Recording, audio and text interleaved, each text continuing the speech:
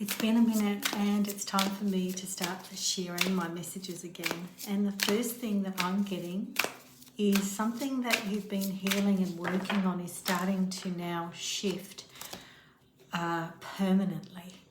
And I feel that this is to do with attachment because it always has you in this state of mental conflict. So the guidance coming through is that you can see this really clearly now, and you can now identify and use your tools to transmute it into being detached from whatever it is that you're overthinking about this person, because I feel like it is about a person who's constantly coming up in your energy field.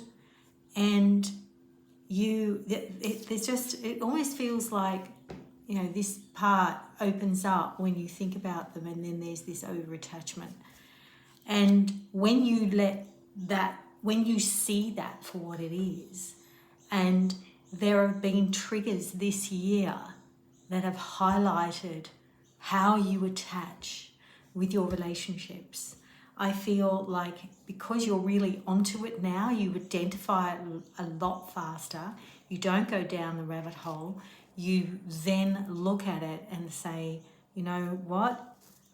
I am not attaching any outcome, any expectation or attachment to whatever this other person does, whatever this other situation has for me. So I feel like because we're in 2025 and that equals 9, there is so many different karmic cycles about relationships coming to an end, and we've had all these retrogrades too. We're in a Mercury retrograde right now, and that means we're looking closely at relationships and reflecting on those.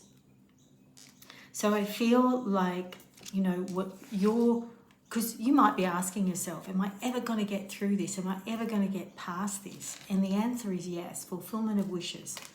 It could even be that this person is going to get closer and they are going to come closer. But it feels like it's when you have fully realized that you can stand sovereign in your own energy and not rely on this other person. You're going to triumph above whatever it is that you've got this mental conflict over, to do with some kind of habit that you've had.